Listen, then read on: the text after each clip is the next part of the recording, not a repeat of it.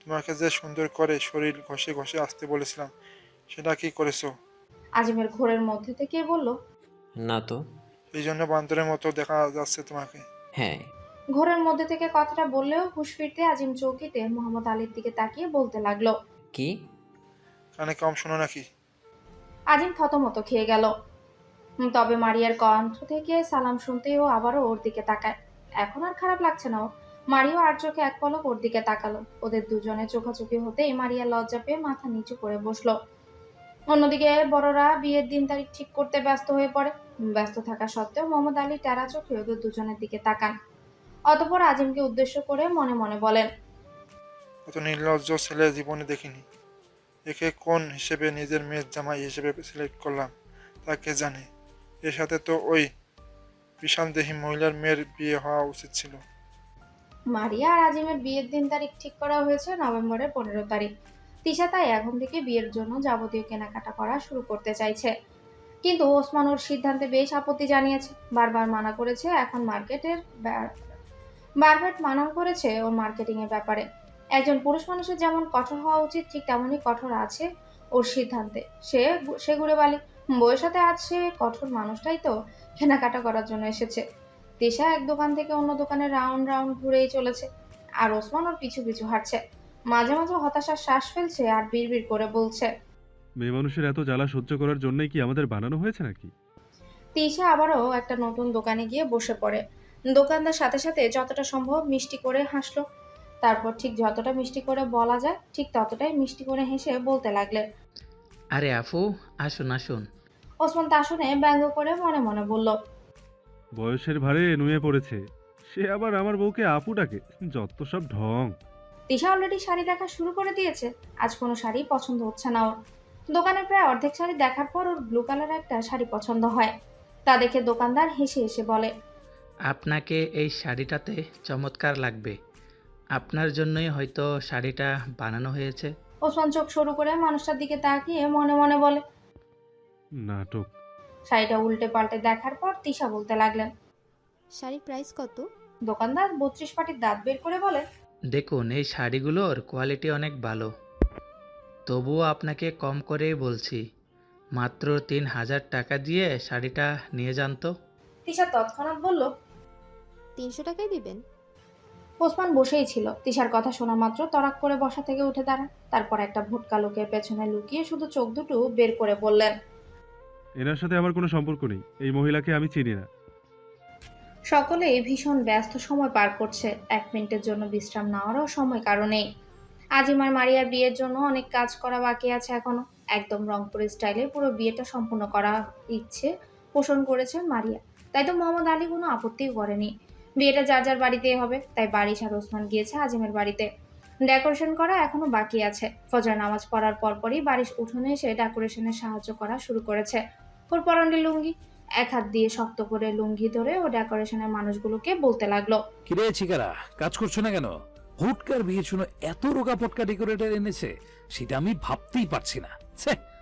ডেকোরেশনের লোকগুলো ভ্রু কুচকে বারিশের দিকে তাকায়। সেটা পাত্তা না দিয়ে বারিশ বলতে লাগলো। বাঁশ দিয়ে ডেকোরেশন করার জন্য নিজের চেহারাও বাঁশের মতো বানাবে? এটা কেমন কথা? ডেকোরেশনের লোকগুলো সরব পেল। সরাসরি কেউ এভাবে অপমান করেনি কখনো, তাই তো আজ একটু লজ্জা পেয়েছে। ওদেরকে লজ্জা পেতে দেখে বারিশ ব্যঙ্গ করে বলতে লাগলো। আবার লজ্জা পাচ্ছে দেখো।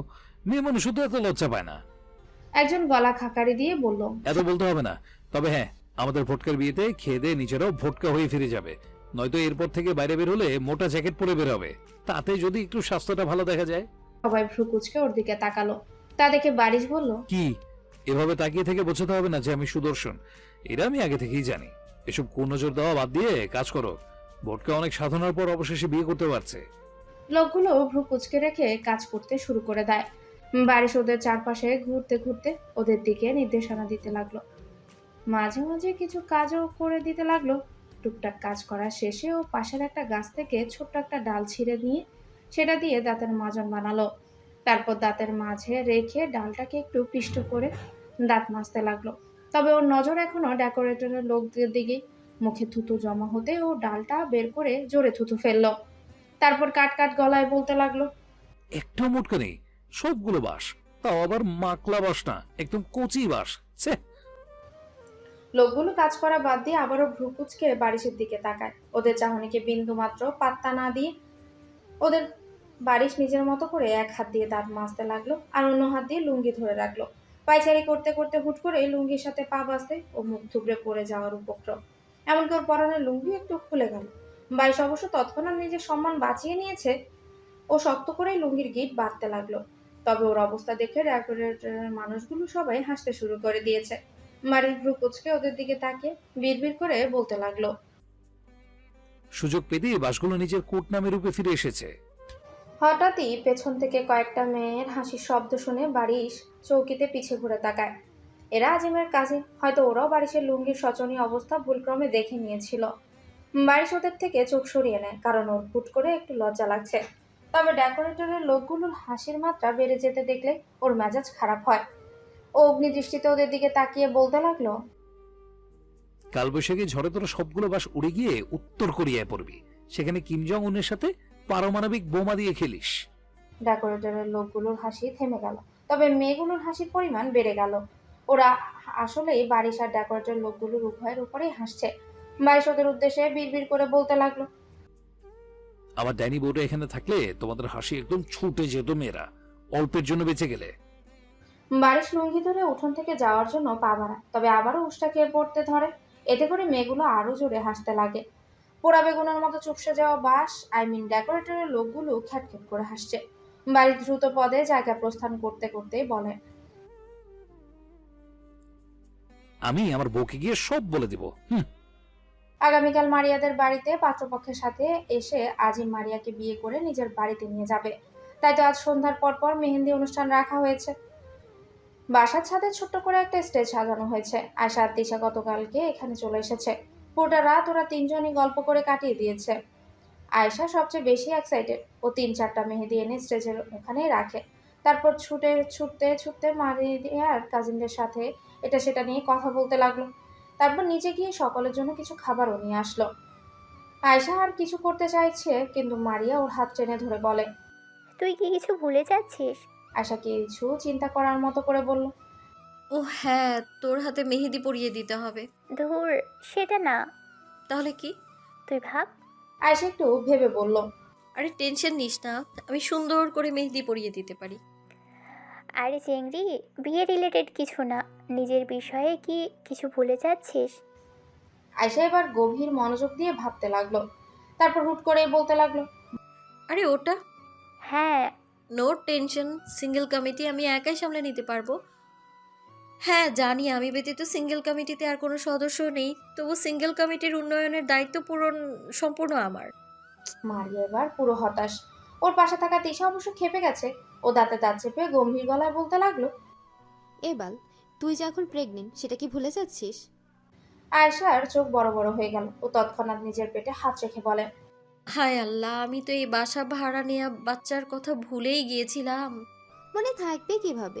মনে থাকার জন্য তো মস্তিষ্কের দরকার আছে, কিন্তু আফসোস তোর তো সেটা নেই, অচল হয়ে গেছে। আয়শা ঠোঁট উল্টে মারিয়াকে বলতে লাগলো। দেখলে কেমন কুটনি ভাবির মতো আচরণ করছে।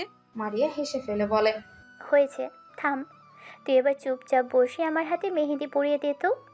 আয়শা হঠাৎ ধপ করে বসে পড়ে। ক্লান্ত গলায় বলতে লাগলো, তিশার থেকে পরিয়ে নে, আমার হঠাৎ শরীর দুর্বল লাগছে।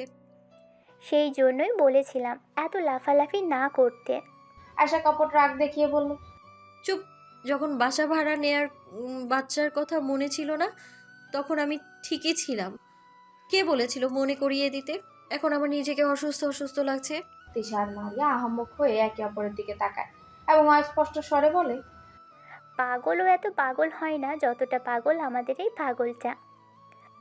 পাগল না, পাগলি হবে। আমার জেন্ডার চেঞ্জ করার চেষ্টা করবি না, খবরদার। আজিম এক গ্লাস শরবত খেয়ে নিজের পাশে বসে থাকা ওসমানের দিকে তাকায়। অতঃপর বলতে লাগলো, কি নিয়ে ভাবছিস বলতো? ওসমান ওর দিকে চৌকিতে তাকায় এবং বলে, একটা ভয়াবহ অভিজ্ঞতার কথা ভাবছি। কোনটা? ভাবির কেনাকাটা করা সেই দৃশ্য? ঠিক ধরেছিস। আজিম হাসতে লাগলো। ওদিকে ওসমান বলতে লাগলো, সবাই বলে পুরুষ মানুষের সাহস বেশি, কিন্তু মেয়ে মানুষের সাহস আমাদের তুলনায় অনেক বেশি। তা না হলে 3000 টাকার জিনিস কেউ 300 টাকায় যাওয়ার সাহস দেখাতে পারে? আজিম কিছু না বলে শুধু হাসতেই লাগলো। ওর হাসি দেখে ওসমান অত্যন্ত শীতল গলায় বলল, আসছিস? আগামীকাল তোরও বিয়ে। বিয়ের পরপরই বুঝতে পারবি বউ কত ভয়ঙ্কর একটা জিনিস। আজিম হাসি অব্যাহত রেখে বলল, আমি সেই ভয়ঙ্কর জিনিসটার মানে প্রমাণ চাই। হ্যাঁ, বিয়ে করার আগে সবাই বিয়ে করতেই চায়। বিয়ের পর বোঝা যায় বিয়ে কত জ্বালা। তুই শিওর? অবশ্যই। তাহলে সামনে দেখ একটু। ওসমান আজিমের কথা অনুযায়ী সামনের দিকে তাকায়। বারিশ এক হাত দিয়ে লুঙ্গি ধরে অন্য হাতের সাহায্যে কানে মোবাইল চেপে ও হাসতে হাসতে কারোর সাথে কথা বলছে। কিছুক্ষণ পর বারিশের থেকে নজর সরিয়ে ওসমান বলতে লাগলো, অবশ্য বউ হচ্ছে একটা মিষ্টির জ্বালা। সহ্য করাও যায় না, আবার ছাড়ার কথাও ভাবা যায় না। একদম মাইনকার চিবায় পড়ার মতো অবস্থা। আজিম আবারও হেসে ফেলে। বেশ কিছু সময় হাসার পর ওর হাসির পরিমাণ কমিয়ে আনলো এবং হুট করে সিরিয়াস হয়ে আকাশের দিকে তাকিয়ে বলতে লাগলো, জানিস, আমার অপরিচিতার জন্য আমি জন্মের পর এই প্রথমবার এত কেঁদেছি। ছোটবেলায় আম্মুর পিটানি আর আব্বুর ধমক খেয়েও কখনো কাঁদিনি, কিন্তু ওনাকে হারানোর ভয়ে আমি ফুপিয়ে ফুপিয়ে কেঁদেছি। ওসমান শান্ত চোখে আজিমের দিকে তাকায়, তারপর নরম গলায় বলতে লাগলো, কোনোদিন মন থেকে চাইলে আল্লাহ সেটা ঠিকই পাইয়ে দেয়। হয়তো সময় লাগে, কিন্তু একটা না একটা সময় ঠিকই সেই জিনিসটা আমাদের হাতে নাগালে এনে দেয়। আল্লাহর পরিকল্পনা খুবই ইউনিক রে। কোনো সন্দেহ নেই, যিনি এই পুরো বিশ্ব মহাবিশ্ব আরও না জানি কত কি সৃষ্টি করেছেন, তার পরিকল্পনা যে আমাদের কল্পনার বাইরে গিয়ে বেটার হবে সেটা তো স্বাভাবিক, তাই না? হ্যাঁ। দুজনের আকাশে জ্বলজ্বল করতে থাকা তারকারাজির দিকে তাকিয়ে থাকলো। ক্ষণকাল বাদে আজিমের চোখ বারিশের দিকে যেতে ও কাট কাট গলায় বলল, ওর লুঙ্গি খুলে যাওয়ার উপক্রম হয়েছে, তবুও কথা বলা শেষ হচ্ছে না, ভাবতে পারছিস? ওসমান হতাশার শ্বাস ফেলে বলল, এমন একটা অবস্থা রয়েছে যে কিছু বলতেও পারি না, কারণ ওর বউ আমার ছোট বোন। আজিম হেসে ফেলে বলে, আরে দে, বোনকে বন্ধুর সাথে বিয়ে। একবার দিয়েই শখ পিটে গেছে ভাই, আর না। শখ থাকলেও পারতি না, কারণ তোর কোনো বোন নেই। ওসমান সামান্য হাসলো, তারপর কিছু মনে করার মতো করে বলল, আচ্ছা, ভালো কথা। কি? আমি না তোর শখের নারী? এটা তো খারাপ কথা, তুই ভালো কথা বললি কেন?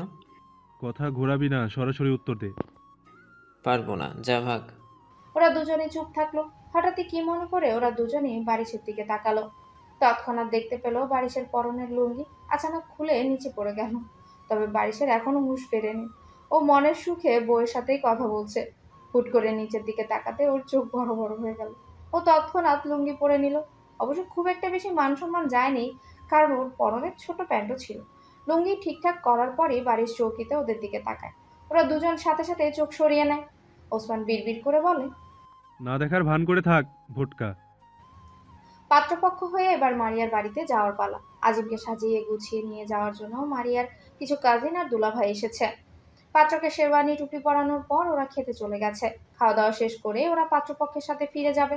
বারিশ অনেক আগেই তৈরি হয়েছে। ও ওসমানের কাছে গিয়ে বলতে লাগলো, শালা, এই ভোটকার বোনগুলো এমন ভাবে সাজছে যেন ওদেরই বিয়ে। ভাই, মানুষ এত সাজে কিভাবে? হ্যাঁ? ওদের জন্য দেরি হয়ে যাচ্ছে। আমার বউটাকে দেখার জন্য যে আমার প্রাণটা ফকাত ফকাত করছে, সেটা তো আর ওরা বুঝবে না। আর সেসব কথা বাদ, আগে এটা বল, তুই আজিমের বোনদের সাজগোজ দেখতে গিয়েছিলি কেন? আয়শাকে বলে দেবো? বারিশ থতমত খেয়ে গেল। ও বলতে লাগলো, শালা হয়ে কেন অযথা আমার সংসারে আগুন লাগাতে যাচ্ছিস?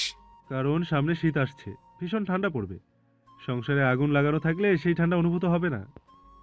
কোনো দরকার নেই, প্রয়োজন পড়লে আমি 14টা ল্যাব গায়ে দিয়ে থাকবো, তবুও তোর কষ্ট করে আগুন লাগাতে হবে না। বেঈমানের বেঈমান।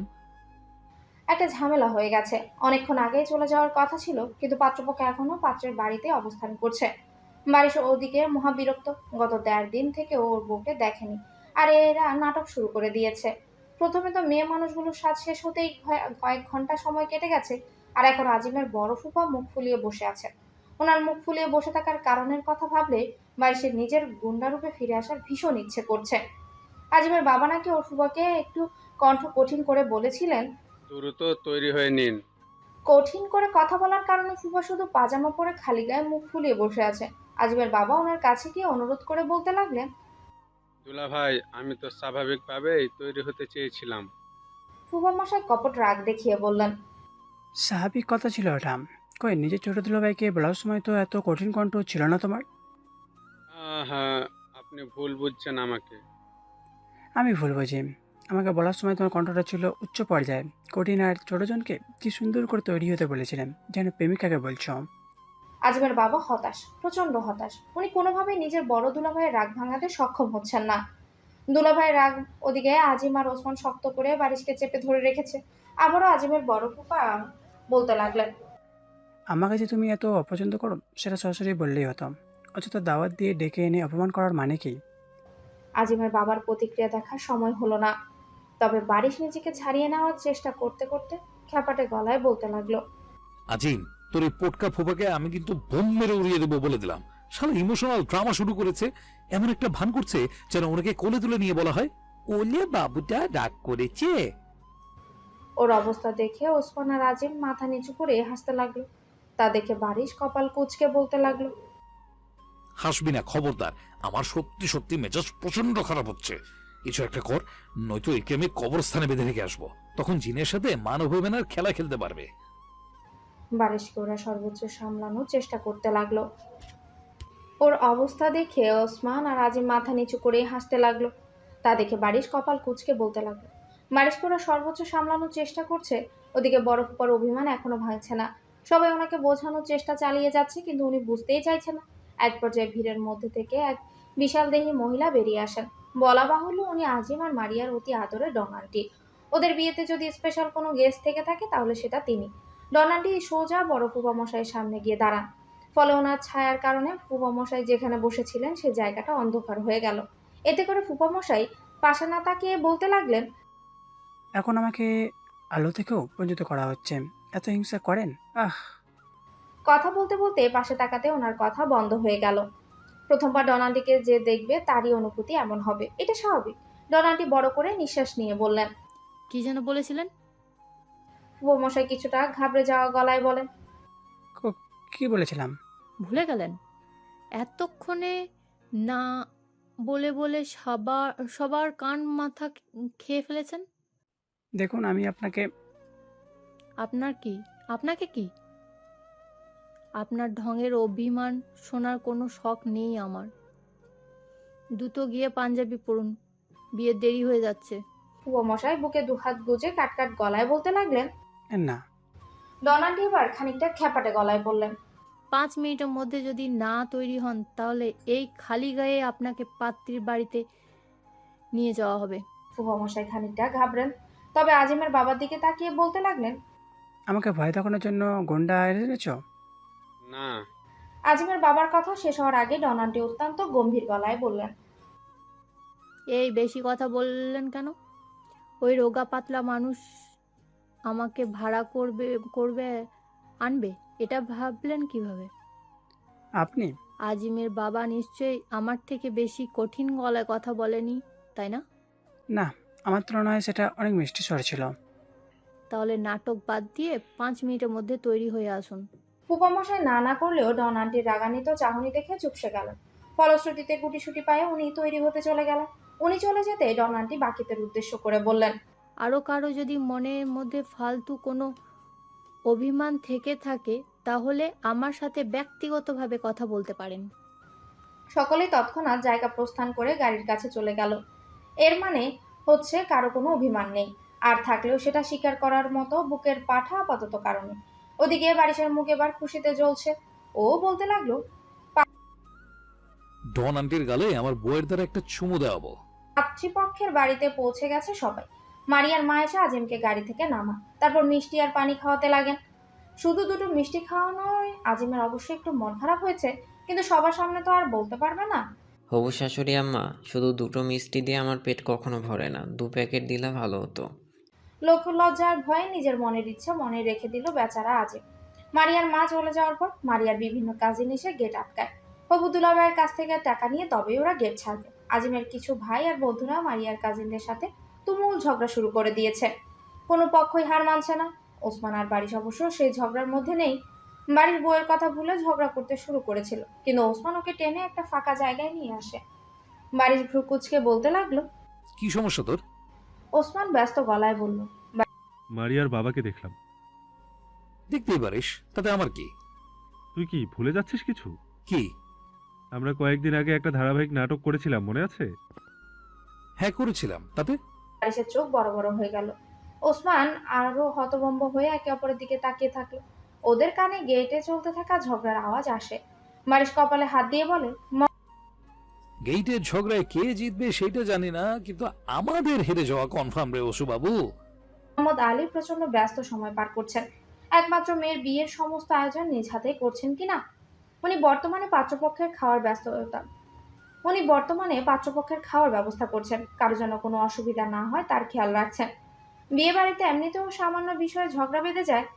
চলতে চলতে হঠাৎই একজনের সাথে ধাক্কা লাগার উপক্রম হলে মোহাম্মদ আলী কণ্ঠটা সামান্য কঠিন করে বলেন, দেখে চলতে পারেন না কানা? ডন আন্টির মুখটা নিজের চোখের সামনে ভেসে উঠতে মোহাম্মদ আলী চুপ হয়ে যান। তবে ডন আন্টি চুপ থাকলেন না, বরং ভ্রু কুঁচকে বলতে লাগলেন, আপনি কি আমাকে কিছু বললেন বুড়ো? মোহাম্মদ আলী মুখে মিথ্যে গাম্ভীর্যতা এনে বললেন, তেমন গুরুত্বপূর্ণ কিছু বলিনি। আপনি খেয়েছেন? আপনি খেতে দিয়েছেন? সবাই তো নির্দিষ্ট স্থানে বসে পড়েছে, আপনিও বসুন। না, আমাকে স্পেশালি ওখানে নিয়ে গিয়ে বসান, নয়তো কুস্তি ম্যাচ শুরু করে দেব। আপনার মতো মানুষটা সবসময় মারপিট করার ধান্দায় থাকে কেন?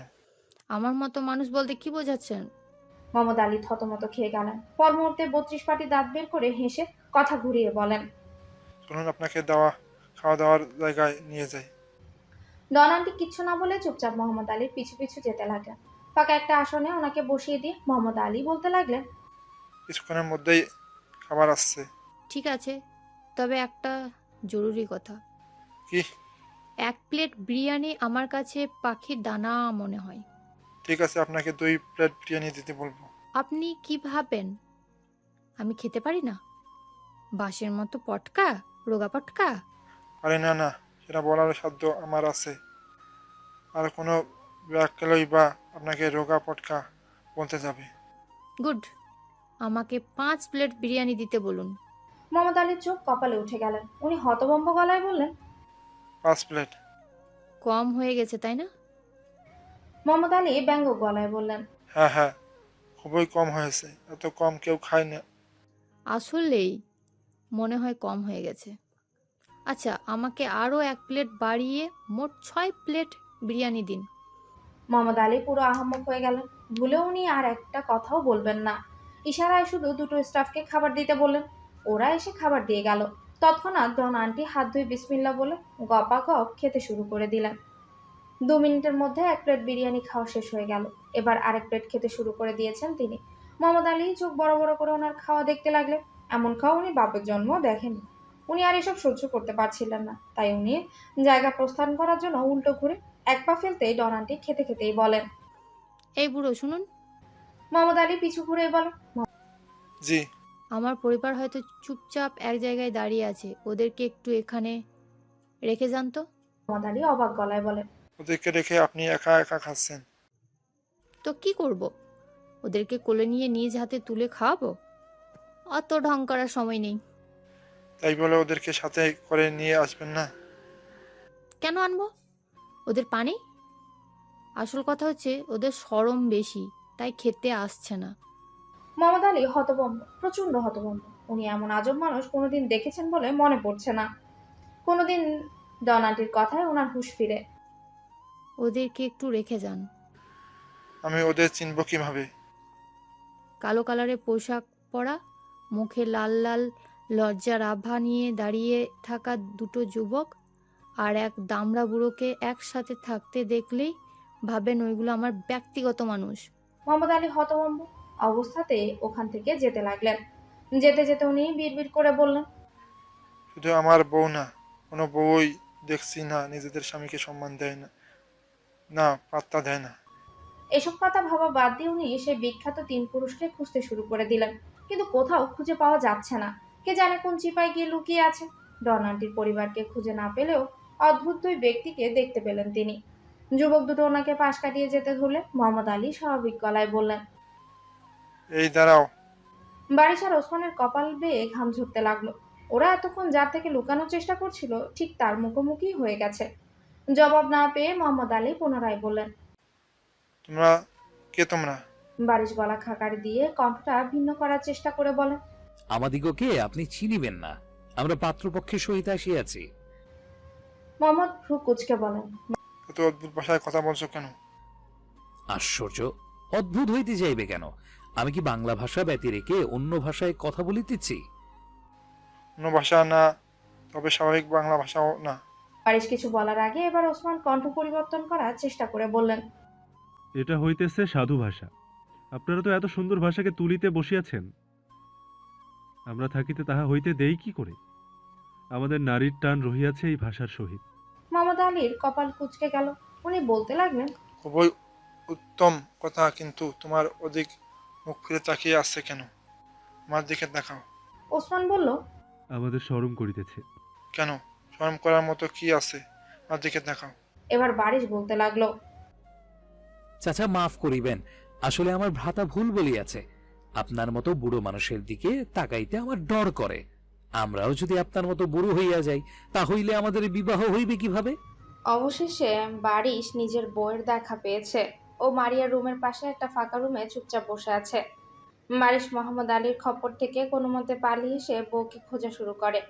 আয়েশাকে মাথায় হাত দিয়ে বসে থাকতে দেখে বারিশ বেশ চিন্তিত হয়ে পড়ে। লম্বা লম্বা পা ফেলে বউয়ের কাছে গিয়ে বলে, কি হয়েছে গাদা? আয়েশা বারিশের দিকে তাকিয়ে মলিন হাসে এবং বলতে লাগলো, কখন এসেছেন? আমার কথা বাদ দাও, নিজের কথা বলো তো বউ। তোমার কি শরীর খারাপ লাগছে? আয়েশা ছোট্ট করে বলল। হুম। বারিশ তৎক্ষণাৎ উঠে দাঁড়ায়। তা দেখে আয়েশা বলে, কি হলো? বারিশ কোনো জবাব না দিয়ে রুম থেকে বেরিয়ে যায়। কয়েক মিনিটের মধ্যেই আবার ফিরে আসে। ওর হাতের পাত্রে অনেকগুলো ফল রাখা। ফলগুলো বউয়ের হাতে ধরিয়ে দিয়ে বারিশ বলতে লাগলো, এগুলো খাও, শরীরে শক্তি পাবে। খেতে ইচ্ছে করছে না। না করলেও খেতে হবে, খাও। আয়েশা অনিচ্ছা সত্ত্বেও খেতে লাগলো। ওদিকে বারিশ নিজের রুমাল বের করে আয়েশার মাথার ঘাম আর মুখ মুছে দেয়। তা দেখে আয়েশা মুচুর মুচুর হাসতে লাগলো। একটু পরও বলল, আমার শরম লাগতেছে। বারিশ ভ্রু কুঁচকে বউয়ের দিকে তাকায়, কিচ্ছু বলল না। তবে একটু পর ও আয়েশার বাম গালে চুমু খেয়ে বলে। এবার লাগছে? আয়েশা কিছু বলার আগেই বারিশ ওর ডান গালেও একটা চুমু খেয়ে ফেলে। এবারও লাগছে? সর্বশেষ ওর ঠোঁটে একটা চুমু খেয়ে অস্পষ্ট হেসে বলতে লাগলো। আর এবার? আয়েশার চোখ বড় বড় হয়ে গেছে। বারিশ এমন কিছু করবে সেটাও ভাবতে পারেনি। ওর অবস্থা দেখে বারিশ মৃদু হাসে। অতঃপর বইয়ের গাল আলতো করে টেনে দিয়ে বলে, এবার কি লজ্জায় গাছের ডালে গিয়ে বসে থাকবে স্নো হোয়াইট? আয়েশা লজ্জায় লাল হয়ে মাথা নিচু করে বসে থাকে। তা দেখে বারিশ কাট কাট গলায় বলে, এই খবরদার এমন করবে না, খুবই বিশ্রী লাগে তোমাকে। আয়েশা চৌকিতে বারিশের দিকে তাকায়। তবে ওর মাঝে এখন সেই লাজুক ভাবটা নেই, বরং ওর মুখটা সামান্য গম্ভীর করে আছে। বলে, ও তাই? তা নয়তো কি, এতই বিশ্রী লাগে যে আমার টপাটপ চুমু খেতে ইচ্ছে করে। আয়েশার কুচকানো ভ্রু শুরু হয়ে এলো এবং মুখ নিচু করে মুছতে মুছকে হাসতে লাগলো। বারিশ আর কিছুই বলল না, বরং নিজেই বউকে ফলের টুকরো খাইয়ে দিতে লাগলো। সব ফল খাওয়ানো শেষেও আফসোসের সুরে বলতে লাগলো, কতদিন পড়ছে তোমাকে দেখলাম, মানুষ আমাদের আলাদা করার জন্য উঠে পড়ে লেগেছে। ছে! আয়েশা কাট কাট গলায় বলল, শুধু একদিন দেখা হয়নি, নাটকবাজ পুরুষ মানুষ। চুপ করো, তোমার তো আমাকে ছাড়া থাকতে ভালোই লাগে। আপনি চুপ করুন। প্রশ্নের জবাবটা দেবে না? কোন প্রশ্ন? আমাকে ছাড়া তোমার ভালো লাগে? পারবো না উত্তর দিতে। কেন? আমার মুখে ব্যথা। পেলচ্চা চিংড়ি, সব বলতে পারছো আর ওইটা বলতে পারছো না? ওই কথাটা বলতে গেলে আমার খুবই মুখ ব্যথা করবে। কথাটা বলে আয়েশা রুম থেকে বেরিয়ে গেল। ওর এখন খুবই ভালো লাগছে। আসলে বারিশের সাথে সময় কাটানোর পরই মূলত ওর শরীরটা একদম ফ্রেশ লাগছে। ওদিকে বারিশ বইয়ের পিছু পিছু যেতে যেতে বলে, উত্তর দেবে না? না। সত্যি দিবে না? না। বারিশ হতাশ, তবুও বইয়ের সাথে সাথে হাঁটছে। হুট করে আয়েশা থেমে যায়। তা দেখে বারিশও থেমে গেল। উচ্ছ্বাসিত গলায় বলল, উত্তর দেওয়ার জন্য থামলে? অবশ্যই না। তাহলে? ওই দেখুন মারিয়ার বাবা, আঙ্কেলের সাথে তো দেখাই হয়নি আপনার। চলুন পরিচয় করিয়ে দিই। বারিশ আতঙ্কিত হয়ে গেল। বইয়ের চক্করে ওনার কথা বেমালুম ভুলেই গিয়েছে। তাই তো ব্যস্ত গলায় বলতে লাগলো, এই গাধা, পদ্ম না। কেন বাদ দিব? উনি অনেক ভালো মানুষ। ভালো মানুষের সাথে দেখা করা যাবে না, যদি আমি খারাপ হয়ে যাই। আয়েশা হতভম্ব হয়ে বলে, বাট এটা কোন ধরনের লজিক? এটা নিজেকে বাঁচানো রিলেটেড মাথা খারাপ করা, আর সবচেয়ে সুন্দর অথচ কুৎসিত লজিক। আয়েশা আহাম্মক হয়ে বলল, আপনি কি মাথা খারাপ হয়েছে?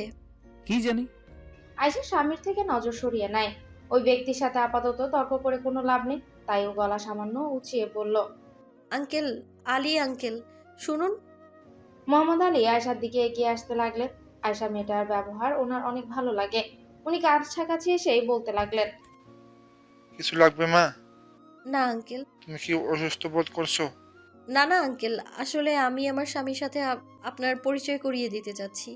তো কোথায় সে? আয়শা নিজের পাশে আঙ্গুল তাক করে বলল। এই তো আমার পাশে। মোহাম্মদ আলী ভ্রু কুঁচকে বললেন। কোথায়?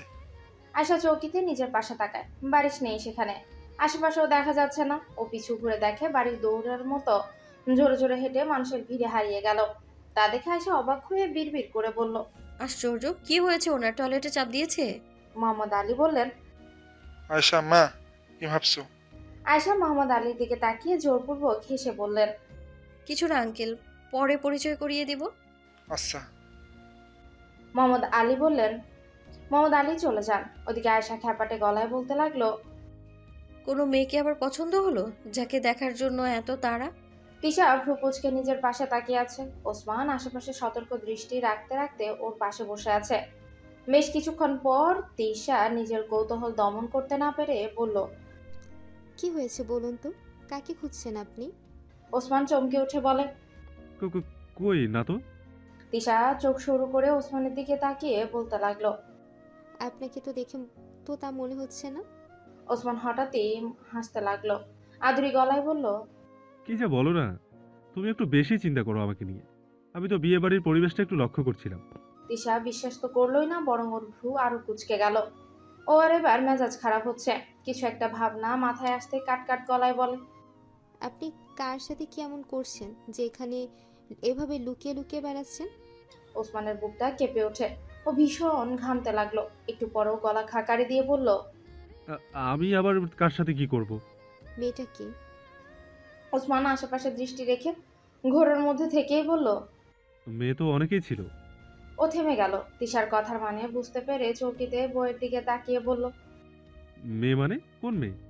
এদিকে ওসমানের প্রথম কথাটা শোনার পর থেকে তিশার মুখটা অন্ধকারে নিমজ্জিত হয়ে গেছে। ওর চোখ দুটো ছলছল করছে। ও কম্পিত গলায় বলতে লাগলো। আমাকে আর ভালো লাগে না, তাই না? আপনি কি আদৌ কোনোদিন আমাকে ভালোবেসেছেন? ওসমানের মাথায় বাজ পড়ে। ও ব্যস্ত গলায় বলতে লাগলো। হায় আল্লাহ, কোথা থেকে কোথায় চলে গেলে তুমি? তিশা নাক টেনে টেনে বলে। সত্যি কথা বলায় ফেঁসে গেলেন, তাই না? আরে না, কিসব আজগুবি চিন্তা ভাবনা করছো বলো তো? আমি ঠিক ভাবছি।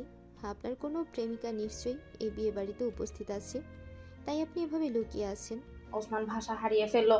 এদিকে তিশার চোখ বেয়ে টপ টপ করে পানি পড়ছে। ফলে আশেপাশের মানুষ ওদের দিকে অবাক দৃষ্টিতে তাকিয়ে আছে। তা দেখে ওসমান ব্যস্ত গলায় বলল। বউ, কান্না থামাও প্লিজ। তুমি ভুল বুঝছো আমাকে। আমি কোনোদিন ভুল বুঝি না। তুমি সব সময়ই ভুল বোঝো। ও, আমি ভুল বুঝি, আর আপনার লুকায়িত প্রেমিকা সবসময় ঠিক বোঝে, তাই না? ওসমান বিরক্তিতে উচ্চারণ করে বলে। ধুর, মেজাজ খারাপ করবে না। আর একবার এসব অযৌক্তিক কথা বললে আমার চেয়ে খারাপ আর কেউ হবে না। তিশা কান্না আরো বাড়িয়ে দিয়ে বলে। আমাকে রাগ দেখান শুধু, আমাকে ভালোবাসেন না। ওসমান হতাশ। ও তিশার চোখের পানি মুছে দিতে দিতে কণ্ঠটা নরম করে বলল। আমার কোনো প্রেমিকা নেই। বিয়ের আগেও তোমাকে ভালোবাসতাম, এখনো ভালোবাসি, আর ভবিষ্যতেও ভালোবাসবো। তাহলে কার থেকে নিজেকে লুকাচ্ছেন? ওসমান হতাশার শ্বাস ফেলে বলল। আচ্ছা বলছি, থামো। সমস্ত ঘটনা ওসমান তিশাকে বলে। সব শুনে তিশার মন ভালো হয়ে গেল। তবে ও ভ্রুকুচকে বলতে লাগলো। কবরস্থানে তাহলে এই পরিকল্পনাই করতে গিয়েছিলেন, তাই না? হ্যাঁ, আর এখন ফেঁসে গেছি। এই এত বড় একটা কথা আমাদের থেকে লুকিয়েছিলেন কেন? কাজটা সফল না হওয়া পর্যন্ত কাউকে জানাতে চাইনি। হুট করে ওদের দুজনের মাঝখান থেকে আয়শা জ্ঞানী জ্ঞানী গলায় বলল। ও, তাহলে এই কারণে আমার আলাভোলা স্বামীটা দৌড়াছিল? আমি তো ভেবেছিলাম টয়লেটে চাপ দিয়েছে। ওসমান আর তিশা মারাত্মক চমকে ওঠে। ওরা মৃদু চিৎকারও করে ওঠে। তা দেখে আয়শা 32 পাটি দাঁত বের করে হাসলো। নিজেকে সামলে নিয়ে ওসমান বলতে লাগলো। তুই লুকিয়ে লুকিয়ে আমাদের কথা শুনছিলি? না তো, লুকিয়ে লুকিয়ে কেন শুনতে যাব? তোমরাই তো আমাকে খেয়াল করনি, এটা তোমাদের দোষ। তুই কখন থেকে এখানে? আয়শা অন্যদিকে মুখ করে বলল। সব কথাই শুনেছি। ওই যে কি যেন ভালোবাসার কথা হচ্ছিল না, সেই সবও শুনেছি। ওসমান অত্যন্ত রাগান্বিত স্বরে বলে। আমি তোর বড় ভাই। তো আমি কি একবারও বলেছি তুমি আমার ছোট? হাসান শেখ আর মামুন হক চুপচাপ এক জায়গায় বসে আছে। ওনাদের সম্পর্ক আগের মতোই নিরামিষ, কিন্তু তলে তলে একে অপরের সাহায্য করতেও ওনারা পিছপা হন না। এই যে যেমন মামুন হক যেন একা একা বসে বিরক্ত না হয় সেজন্য হাসান শেখ এসে ওনার পাশে বসে আছেন।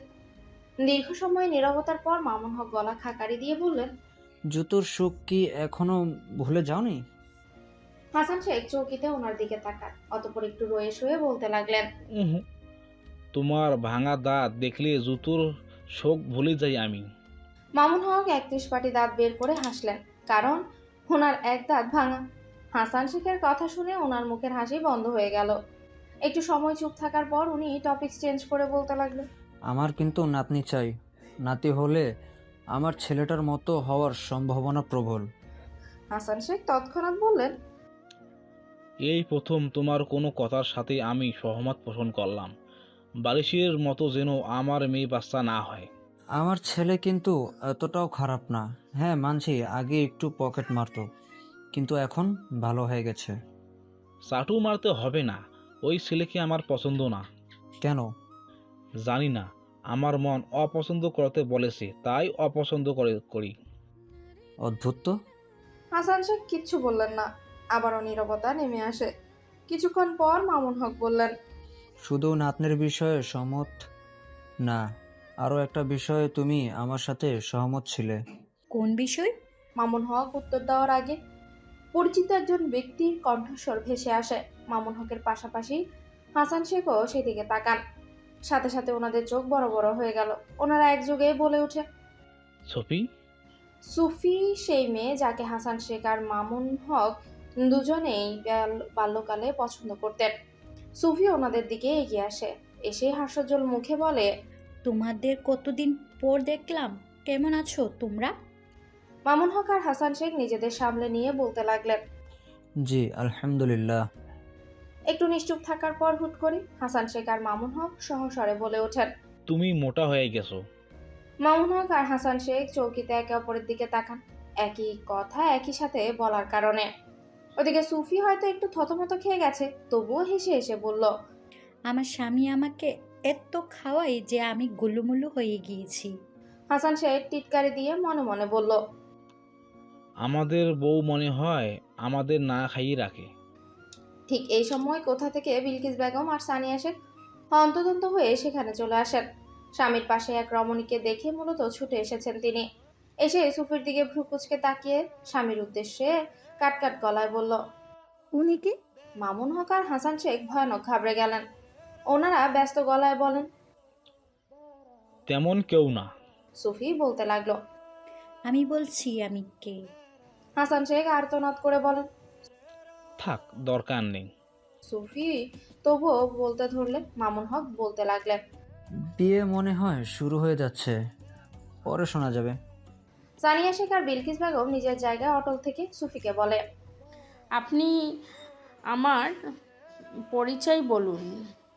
সুফি হাসতে হাসতেই বলে, হাসান আর মাসুমা আমাকে ছোটবেলায় প্রেমের প্রস্তাব দিয়েছিল, দুজনেই আমার পিছনে সমান তালে ঘুরেছিল। হাসান শেখ আর মামুন হক স্থির হয়ে চেয়ারে বসে পড়েন। দুজনে একে অপরের দিকে মরার মতো তাকি হতাশ গলায় বলতে লাগলো, এ কোন মুসিবতে পড়ে গেলাম। সমস্ত বাধা বিপত্তি আর ঝামেলা পেরিয়ে অবশেষে বিয়ে পড়ানোর কার্যক্রম শুরু হয়েছে। বর আর কনে মুখোমুখি বসে আছে, ওদের মাঝখানে পাতলা পর্দা দেয়া, এতই পাতলা যে এই পাশ থেকে ও পাশের মানুষগুলোকে বেশ ভালোভাবেই দেখা যাচ্ছে। বারিশার ওসমান আজিমের পেছনে লুকিয়ে আছে, কারণ পর্দার বিপরীতে পাশেই মোহাম্মদ আলী মারিয়ার পাশে বসে আছেন। আজিম নিজের হবু বউয়ের রূপ দেখার সুযোগই পাচ্ছে না বারিশার ওসমানের টানাটানিতে। ওরা দুজন আজিমের শেরওয়ানি টেনে ধরে চুপচাপ লুকিয়ে আছে। এতে করে আজিম সামান্য চেঁচিয়ে বলে, কি সমস্যা? বারিশার ওসমান তো জবাব দিলই না, তবে কাজী সাহেব ভরকে গেলেন। উনি ভেবেছেন ওনাকেই কথাটা বলা হয়েছে, তাই উনি গলা পরিষ্কার করে বলতে লাগলেন, এই তো শুরু করতে যাচ্ছি, আর কোনো সমস্যা নেই বাবা। আজিম খানিকটা চমকালো ও তৎক্ষণাৎ জবাব দিল, আপনাকে বলিনি। বলতে হবে না, আমি বুঝেছি।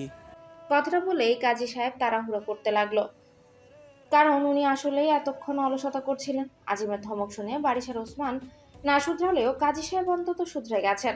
একটা উপকার তো হয়েছে বটে। কয়েক মিনিটের মধ্যে রেজিস্ট্রি পেপারে সমস্ত কার্যক্রম শেষ হলো। এখন বিয়ে পড়ানোর পালা। তারপর রেজিস্ট্রি পেপারে বরকনের স্বাক্ষর নিলেই বিয়ে সম্পন্ন হয়ে যাবে। কাজী সাহেব প্রয়োজনীয় কথা বলা শেষে আজিমকে বলল, বাবা বলো কবুল।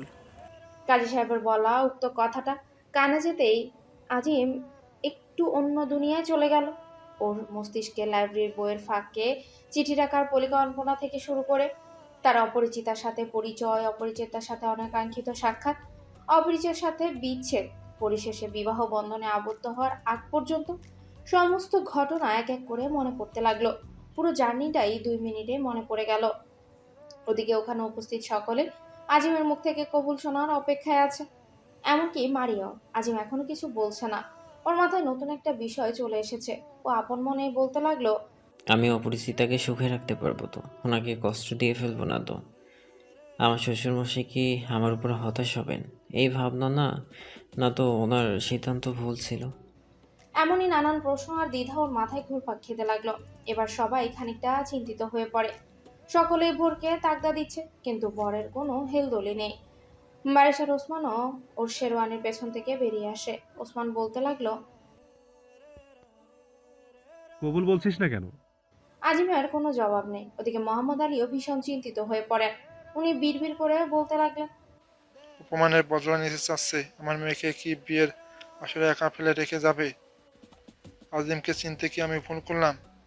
মোহাম্মদ আলীর পাশে মারিয়া, ওর মুখেও স্পষ্ট চিন্তার ছাপ। ওর বুক ধকফক করতে লাগলো। ও মনে মনে বলতে লাগলো, ওনার ইগো কি ফিরে আসলো? বিয়ে করবে না? হায় আল্লাহ! মারিয়া চিন্তিত মুখটার দিকে এক পলক তাকানোর পর বাড়ির সোজাসুজি আজিমের দিকে তাকায়, তারপর কাট কাট গলায় বলে, ভোটকা, তোর না হওয়া বউকে কিন্তু বড়লোক একটা ছেলের সাথে বিয়ে দিয়ে দেবো, তখন তুই রাস্তায় রাস্তায় ডুগডুগি বাজিয়ে বেড়াস। আজিমের হুঁশ ফিরে ও চৌকিতে মারিয়ার দিকে তাকায়। মারিয়া চিন্তিত মুখে ওর দিকে তাকিয়ে ইশারায় বলে, কি হয়েছে? আজিম বড় করে একটা শ্বাস নেয়, তারপর মুচকি এসে বলতে লাগলো, কবুল, আমার বসের মেয়েকে আমি আমার বউ হিসেবে গ্রহণ করে নিলাম। সকলে যেন একটা স্বস্তির নিঃশ্বাস ফেললো। তবে যারা নাটক দেখার অপেক্ষায় ছিল তারা অবশ্য হতাশ হলো। ওরা ভেবেছিল বিরাট একটা ফাটাফাটি হতে চলেছে। বরের থেকে কবুল শোনার পর কাজী সাহেব এবার মারিয়াকে কবুল বলতে বলেন। মারিয়া 1 মিনিটও সময় নিল না, তার আগেই কবুল বলে ফেললো। একটু আগে যে মারাত্মক টেনশনটা হচ্ছিল তাতে কান্না করার কথা ভুলে গেছে সে। বারিশার ওসমানও তৃপ্তির সাথে বিয়েটা উপভোগ করলো। ওরা মিষ্টির প্যাকেট নিয়ে সেটা বিলাতে যাবে, তাতে পর্দার ওপাশে দাঁড়ানো মোহাম্মদ আলীর সাথে ওদের চোখাচোখি হয়ে গেল। মোহাম্মদ আলী ওদের দুজনের যেমন হাসি ছড়িয়েছিল, তেমনি মোহাম্মদ আলীর মুখেও। চোখাচোখি হওয়ার কয়েক সেকেন্ডের মধ্যে মোহাম্মদ আলীর ভ্রু কুঁচকে গেল। উনি কিছু জিজ্ঞেস করতেই যাবে, তার আগেই বারিশার ওসমান উল্টো ঘুরে লম্বা লম্বা পা ফেলে এক প্রকার পালিয়ে গেল। উনি কিছু একটা মনে করার চেষ্টা করছেন। ওদের দিকে তাকিয়ে আজিম অভিমানী গলায় বলল, মিষ্টির প্যাকেটগুলো নিয়ে গেল, আমাকে দেওয়া যেত না? বেঈমানের বেঈমান। আজিমের অভিমান চাপা পড়ে রয়। আয়শা আর তিশা একে অপরের দিকে তাকিয়ে হাসছে।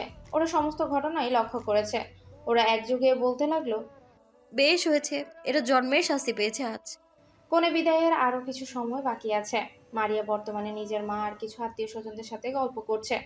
এসব মেয়েলি আলাপে থাকতে চায়নি আজিম, তাই ও ফাঁকা একটা জায়গায় এসে চুপচাপ কিছু বিষয় নিয়ে ভাবতে লাগলো। বিয়ের পরপরই নতুন নতুন অনেক দায়িত্ব কাঁধে এসে পড়ে। এসব দায়িত্ব পালন করার জন্য অনেক প্রস্তুতি দরকার। ওর এসব ভাবনার মাঝে হঠাৎ ডন আন্টি ওর পেছনে এসে বলতে লাগলো, এবার খুশি? আজিম চৌকিতে পিছু ঘুরে তাকায়। ডন আন্টিকে দেখে ওর মুখে মুচকে হাসি ছড়িয়ে পড়ে। ও বলতে লাগলো, অবশ্যই খুশি, নাতি নাতনিকে এত ইন্টারেস্টিং একটা গল্প শোনাতে পারবো ভাবলেই আমার মন নেচে উঠছে। ডন আন্টি হতাশার শ্বাস ফেলে বলেন, তুই কি জীবনে সিরিয়াস হবে না? মনে হয় না। একটু নীরবতা বিরাজ করলো। নীরবতা ভেঙে ডন আন্টি বলতে লাগলো, কিছুক্ষণ আগে কবুল বলতে এত সময় নিচ্ছিল কেন? আজিম হঠাৎই সিরিয়াস হয়ে গেল। বড় করে শ্বাস নিয়ে বলতে লাগলো, আমি অপরিচিতাকে সুখে রাখতে পারবো তো? খুব ভয় লাগছে আমার। ডন আন্টি সামান্য হেসে বলেন, তোমার মতো সুখ মারিয়াকে আর কেউ দিতে পারবে না। এত টেনশন করো না, আমার বিশ্বাস তুমি পারফেক্ট হাজবেন্ড হবে। ডন আন্টির কথা শুনে আজিম স্বস্তির নিঃশ্বাস ফেলল। ডন একটু পরই হাসতে হাসতে ডন আন্টির দিকে তাকালো সে। তা দেখে ডন আন্টিও ঘাবড়ে যাওয়া গলায় বললেন, খবরদার, ভুলেও এসব করার কথা ভাববে না। কে শুনে কার কথা? আজিম টুপ করে ডন আন্টির গালে চুমু খেয়ে গদগদ গলায় বলল, আমার কিউট পিউট ডন আন্টি, আপনি এত ভালো কেন? ডন আন্টি হতাশ, প্রচন্ড হতাশ। গালে ভরে থাকা লাল হাত হাতের উল্টো পিঠ দিয়ে মুছে উনি বিড়বিড় করে বলতে লাগলেন, এই ছাগল, এই ছাগলের জন্য আমি ওই টাকলাকে হুমকি দিয়ে মুখের ব্যথা তুলেছিলাম। বিড়বিড় করে বলাও আজিম ওনার কথা শুনতে পেল না, নয়তো ছাগলের বংশ পরিচয় জেনে নিত ডনাটির কাছ থেকে। আজিম ননস্টপ বাজে বাজে সব কথা বলতে লাগলো। মূলত বুকের ভারী ভাবটা কেটে যাওয়ার ফলে ওর মুখে কথা ফুটেছে। সেই হিসেবে ডনাল্টি নিজে কুড়ালের উপরে গিয়ে লাফ দিয়েছে। ডনাল্টি ঘন ঘন দীর্ঘশ্বাস ফেলছে আর আজিমের বকবকানি শুনছে। ঠিক এমন সময় ওসমান আর বাড়ি সেখানে আসে। ওদের দুজনের মুখ শুকিয়ে এতটুকু হয়ে গেছে। ওদের অবস্থা দেখে আজিম ভ্রু কুঁচকে বলতে লাগলো, তোদের মুখ দুটো রসকসিন হাগার মতো হয়ে গেছে কেন রে? আমার বিয়েতে কি পর্যাপ্ত খাবার পাস নেই? বারিশ আর ওসমান কঠিন দৃষ্টিতে ওর দিকে তাকায়। সে চাহনি দেখে আজিম ভুরকে যাওয়া গলায় বলল, ভয় দেখাচ্ছিস কেন? বারিশ কোনো কথা না বলে ওর পাশে গিয়ে চুপচাপ দাঁড়িয়ে থাকলো। তবে ওসমান বিড়বিড় করে বলতে লাগলো, তোর শ্বশুরের জ্বালায় ভেতর থেকে মরে যাচ্ছি, মুখ তো এমন হবেই। ওসমান আজিমের পাশে গিয়ে দাঁড়ায়। আজিম ওদের দিকে দৃষ্টি অব্যাহত রেখেই বলল, তোদের কি হয়েছে বলতো? আমি নিশ্চিত কোনো ক্যাসালে জড়িয়ে পড়েছিস তোরা। ওসমান তৎক্ষণাৎ জবাব দিল, তোর মতো নাকি? আমরা ভদ্র সভ্য মানুষ, আমরা কোনো ক্যাচালে জড়াই না। ক্যাচালের সাথে আমাদের কোনোরূপ সম্পর্ক নেই। আমি কি ভদ্র সভ্য না? না, তুই ভোটকা। তোর তোর মস্তিষ্ক জুড়ে শুধু খাওয়ার ধান্দা। এই খাওয়ার জন্য তুই একটু আগেই একটা ছেলের সাথে ঝগড়া করেছিস। ছেলেটার হাতের মিষ্টির প্যাকেট তুই ফুসলিয়ে ফাসলিয়ে হাতিয়ে নিয়েছিস। আমরা কিছু দেখিনি ভেবেছিস? আজিম থতমত খেয়ে গেল, কারণ ঘটনাটা পুরোই সত্য। ও ভেবেছিল কেউ দেখেনি, কিন্তু আসল মানুষগুলোই দেখে ফেলেছে। খুবই কষ্টের কথা। আজিম গলা খাকারি দিয়ে টপিক পরিবর্তন করে বলল, বারিশ কথা বলছেন? ও কথা না বলার পণ করেছে। কেন? করার মতো কোনো কাজ ছিল না, তাই কথা না বলার মতো বেকার কাজ করতেছে। আজিম বারিশের গায়ে হাত দিয়ে বলে। কথা বলবি না? কোনো জবাব নেই। আজিম ওর গায়ে সুড়সুড়ি দিয়ে বলে, কথা না বলিস, একটু হাস অন্তত। এতেও বারিশের কোনো প্রতিক্রিয়া আসলো না। তা দেখে আজিম ভ্রু কুঁচকে বলে, আশ্চর্য, আশ্চর্য, তোর শ্বশুরই নেই? আমার তো রীতিমতো লাফালাফি উঠে যায়। কোনো জবাব নেই। তবু আজিমের বারিশের থেকে কথা বের করার চেষ্টা চালিয়ে যাচ্ছে। ওদের এসব অদ্ভুত কাণ্ড কারখানা ডনাল্টি চোখ শুরু করে দেখে চলেছেন আর বিড়বিড় করে বলছেন, একই গোয়ালের গরু। ঠিক এই সময় মোহাম্মদ আলী ওদের পেছনে এসে গাম্ভীর্যপূর্ণ গলায় বলতে লাগলেন, আজিম শোনো। আজিম বারিশকে নিয়ে ব্যস্ত, তাই শ্বশুরের কথা শুনতে পেল না। ওদিকে মোহাম্মদ আলী একটু পরপর ওর নাম ধরে ডেকেই চলেছে। শেষে বিরক্ত হয়ে ওসমান গম্ভীর গলায় বলল, এই ভোটকা, তোর শ্বশুর ডাকছে। আজিমের হুঁশ ফিরে ও ওসমানের দিকে তাকিয়ে বলল, আমার শ্বশুর? হ্যাঁ, তোর শ্বশুর। আজিম তো পিছু ঘুরে তাকায়। ওদিকে ওসমানের সবেই মাত্র হুঁশ ফিরে আসে। ও চৌকিতে নিজের পাশেই বারিশের দিকে তাকালো। বারিশ অলরেডি দৌড়ানো শুরু করে দিয়েছে। ওসমানও তৎক্ষণাৎ দৌড়াতে দৌড়াতে বলল, আমাকে একবার ডাকলিও না, বেঈমানের বেঈমান। ওরা দুজন দৌড়াতে জায়গা ত্যাগ করে। এদিকে আজিম হতভম্ব গলায় বলতে লাগলো, কি হয়েছে? পালিয়ে যাচ্ছিস কেন? মোহাম্মদ আলী ওর পাশে এসে দাঁড়িয়ে গলা খাকারি দিয়ে বলল, ওদের কথা বাদ দাও। ডনাল্টি ওদের দুজনের দিকে এক পলক তাকানোর পর যেতে যেতে বললেন, এই টাকলার সাথে তুমি কথা বলো আজিম, আমি গেলাম।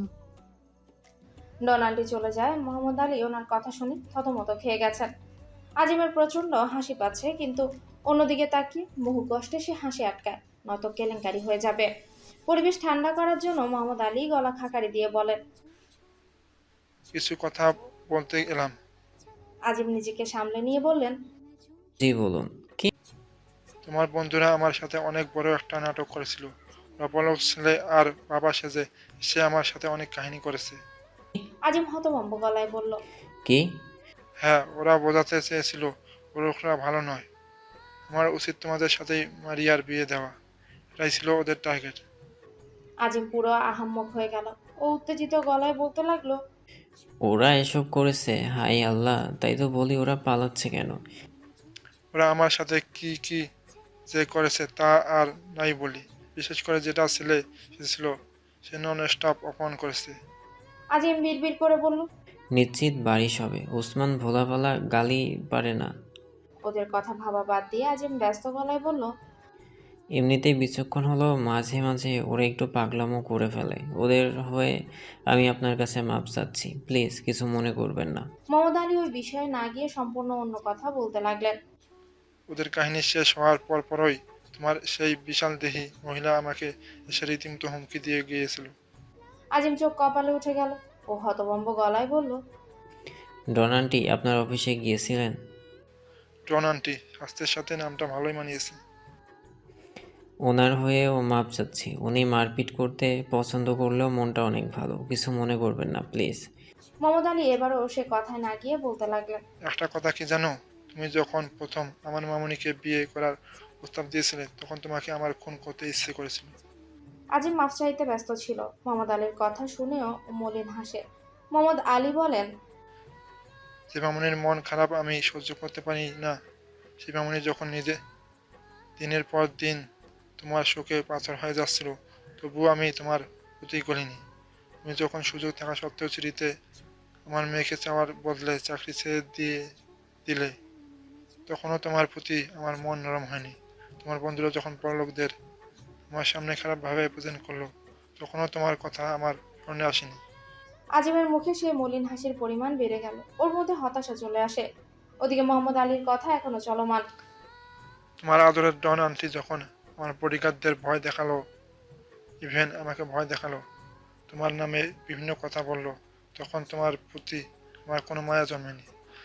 তুমি কি জানো, তোমার বউ পর্যন্ত তোমার হয়ে আমার কাছে ছাপাই গিয়েছে, তবু তোমার প্রতি আমার বিন্দুমাত্র আগ্রহ জাগেনি। আজিম উদাস গলায় বলল, মনের বিরুদ্ধে গিয়ে কি আমার বিয়ে নিজের মেয়ের সাথে দিলেন? আমার কথা শেষ হয়নি, বলতে যাও। অফিসের সবাই যখন তোমাকে ফিরিয়ে চেষ্টা করেছিল, তখন বিন্দুমাত্র পরিবর্তন আসেনি আমার মাঝে। তবে একটা কথা কি জানো, আমি এই ভেবে চিন্তে হয়ে পড়তাম যে এত মানুষ যার জন্য এত কিছু করছে, তাকে আমি মেনে নিতে পারছি না কেন? তাকে আমি দিনের বেশিরভাগই সময় স্মরণ করছি কেন? পরে উত্তর পেলাম, সেই ছেলেটার মাঝে আমি নিজেকে দেখতে পারছি। আমি শুধু তোমার চুপচাপ সরে যাওয়ার দিকটাই দেখছিলাম। এত অপমান শোনার পরও বিপরীত তোমার চুপ থাকার গুণটা আমাকে মুগ্ধ করেছে।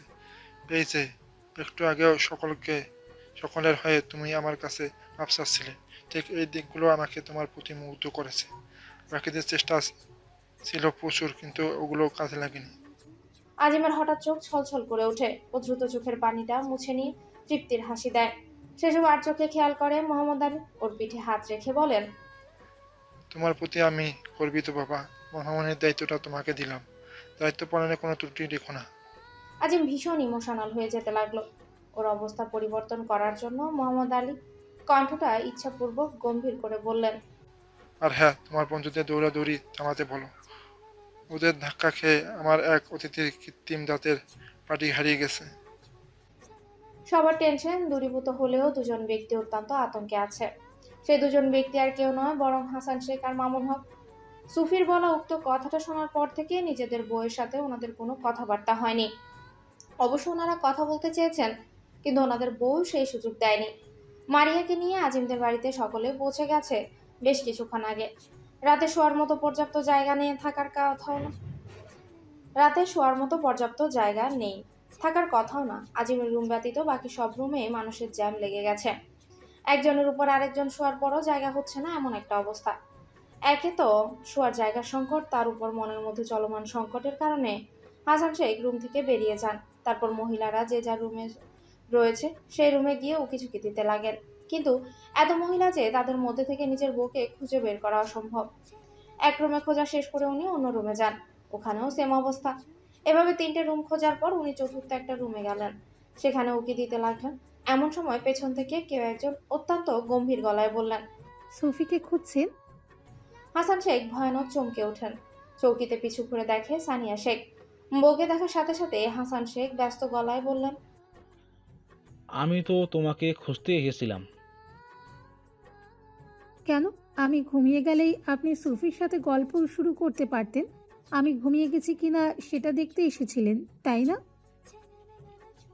ধুর, তুমি বেশি বুঝতেছো, এমন কিছু না। ও, তার মানে আমার কাছ থেকে অনুমতি নিয়েই নিজের আদরের সুফির সাথে কথা বলতে চেয়েছিলেন? আহা, সেটা কখন বললাম? বলতে হয় না, আমি সবই বুঝি। ভুল বুঝতেছো। সুফি সব সময় ঠিক বুঝতো, তাই না? হাসান শেখ দীর্ঘশ্বাস ফেলতে লাগলেন। বুড়ো বয়সে সেভাবে ফেসে যাবে সেটা উনি ভাবতেও পারেনি। সুফির কথা মাথায় আসতে উনি কাটকাট গলায় বলেন। এই সুপিকে আমি ছাড়বো না। সানি শেখ আর্তনাদ করে বললেন। ছাড়বেন না মানে? এই বুড়ো বয়সে সুফিকে বিয়ে করে আনতে চাচ্ছেন? আল্লাহ, কি বলছো তুমি? সানি শেখ ক্রন্ধনরত গলায় বলতে লাগলেন। এই বয়সে আপনি আমার সতীন আনতে চাচ্ছেন? হাসান শেখ নিজের বুকে সামলানোর চেষ্টা করে বলেন। আহা, কিসব বলছো? আমি কেন বিয়ে করে আনতে যাব? এক্সপ্রেশন তো বোঝো, ওটা তো রাগের ঠেলায় বলেছি। সানিয়া শেখ কান্না থামান, তারপর গম্ভীর মুখে স্বামীর দিকে কয়েক পলক তাকিয়ে থাকেন, তারপর ওনার মাথায় চাটি মেরে দাঁতে দাঁত চেপে বলেন। কেন রে বুড়ো, আমি জেনে যাওয়ায় খুব কষ্ট হচ্ছে আপনার?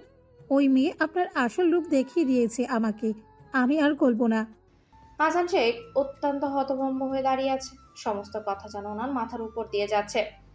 যদিও সানিয়া শেখ নিজের বকবকানি এখনো থামায়নি, ওদিকে মামুন হক পিলারের আড়াল থেকে সমস্ত ঘটনাই দেখেন।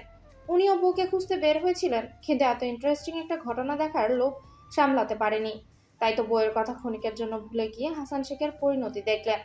এসব দেখার পর উনি আপন মনেই বলতে লাগলেন। বেশ হয়েছে, আমার সাথে ঝগড়া করার শাস্তি তুমি আজ পেলে হাসান। আমার ভাঙা দাঁতটাও আজ শান্তি পেল। কথাটা বলে উনি ভাঙা দাঁত বের করে হাসলেন, তবে শব্দ করলেন না। হঠাৎই পাশে তাকাতে দেখেন একজন মহিলা অন্ধকারে দাঁড়িয়ে চাঁদের দিকে তাকিয়ে আছে। উনি অস্পষ্ট স্বরে বলে ফেললেন। মহিলাটা সুন্দর তো। চাঁদের মৃদু আলোয় ভালোভাবে তাকাতে মামুন হক উচ্ছ্বাসিত গলায় বললেন। আরে, এটা তো আমারই বউ। উনি খুশি মনে বউয়ের দিকে এগিয়ে গেলেন, তারপর গলা খাকারি দিয়ে বললেন। আরে বিল্লি, তুমি এখানে কি করছো? বিলকিস বেগম তৎক্ষণাৎ এমন কঠিন দৃষ্টিতে তাকান যে মামুন হকের পুরো শরীর ঠান্ডা হয়ে গেল। হাসান শেখের মতো অবস্থা যে ওনারও হবে সেটা উনি ভুলেই গিয়েছিলেন। নিজেকে একটু সামলে নিয়ে উনি মিনমিনে গলায় বলতে লাগলেন। তুমি প্লিজ ভুল বোঝো না আমাকে। বিলকিস বেগম স্বামীর থেকে চোখ সরিয়ে নিয়ে মেরুদণ্ড সোজা করে দাঁড়ান। একটু পর উনি অত্যন্ত গম্ভীর গলায় বললেন। এই কারণেই হাসান শেখের সাথে আপনার বনিবনা ছিল না, তাই তো? মামুন হক ঘোরের মধ্যে থেকে বললেন। তা অবশ্য ঠিক। বইয়ের দিকে নজর যেতেই মামুন হকের কথা ফুরিয়ে গেল। উনি ভয়ে কয়েক দফা ঢোক গিলে বলতে লাগলেন। এগুলো অনেক পুরাতন কথা, তখন অনেক ছোট ছিলাম, ওসব কবে ভুলে গেছি। মিথ্যা, এখনো হাসান শেখের সাথে আপনার বনে না, এই নীরব ঝরকা তো এখনো চলমান। মামুন হক থতমত খেয়ে গেলেন। বিলকিস বেগম কথা তো খুব একটা ভুল বলেনি, সুফিয়ার কারণেই ওনাদের মধ্যে এই ঝগড়া, কিন্তু বউকে তো সেটা বলা যাবে না, তাই উনি গলা খাকারি দিয়ে বলেন। আরে না, ভুল ভাবছো বিল্লি। আসলে হাসানের জুতা ছেঁড়ার কারণে আর আমার দাঁত ভাঙার কারণে এই ঝগড়াটা এখনো চলমান। সুপির ব্যাপারটা তো এখন তো অন্তকান্তই বিয়ে গবেষণার বিষয়। বিলকিস বেগম ওনাকে আটকে দিয়ে বললেন। বাহ, সফি নামটা কত সুন্দর করে উচ্চারণ করলেন, এত প্রেম। কি আশ্চর্য, স্বাভাবিকভাবেই তো বললাম। চুপ থাকুন, কথা বলবেন না। বউরা এত প্যাচ বোঝে কেন? ও, বউ খারাপ আর সফি অনেক ভালো, তাই না? হ্যাঁ, সুফি কোথায় থেকে আসলো? এই যে আবারও কত সুন্দর করে নামটা সম্বোধন করলেন। কি মুশকিল বিল্লি, কি ছেলে মানুষই করছো? কেন, সফি কি মেয়ে মানুষই করতো? আল্লাহ আল্লাহ, আমাকে বাঁচাও।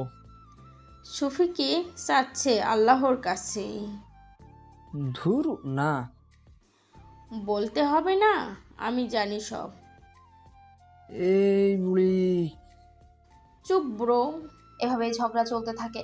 এই ঝগড়া শেষ হওয়ার সম্ভাবনা নেই বললেই চলে। কেঁদে কেঁদে মারিয়া নিজের চোখ মুখ ফুলিয়ে ফেলেছে। বিদায়ের সময় এত কান্না করেছে, ওর মা তো বলার মতোই না। মোহাম্মদ আলীর চোখ থেকে অঝোর ধারায় পানি পড়েছে। মারিয়া একমাত্র সন্তান হওয়ার কারণে এমন পরিস্থিতি হয়েছে মূলত। আজই ওয়াশরুম থেকে হাত মুখ ধুয়ে রুমে প্রবেশ করে। প্রথমে চোখ পড়ে ফুলসজ্জিত বিছানায় বসে কাঁদতে থাকা মারিয়াকে। আজিম হতাশার শ্বাস ফেলে ওর দিকে যায় এগিয়ে। তারপর মারিয়ার সম্মুখে বসে আলতো হাতে ওর চোখের পানি মুছে দিয়ে বলতে লাগলো। আর কাঁদবেন না প্লিজ। মারিয়া কঞ্চনরত চোখে আজিমের দিকে তাকিয়ে ঠোঁট উল্টায় এবং বলতে লাগলো। আমি আমার বাপিকে ছাড়া কোনোদিনও থাকিনি। আমি সহ্য করতে পারছি না। আজিম মারিয়ার মাথায় হাত বুলিয়ে দিতে দিতে বলল, আমি জানি, কাঁদবেন না। বাপি আর মাম্মাকে আমি খুব ভালোবাসি। আমি কিভাবে থাকবো তাদের ছাড়া? মেয়েদের কেন নিজের বাড়ি ছেড়ে চলে আসতে হয় বলুন তো?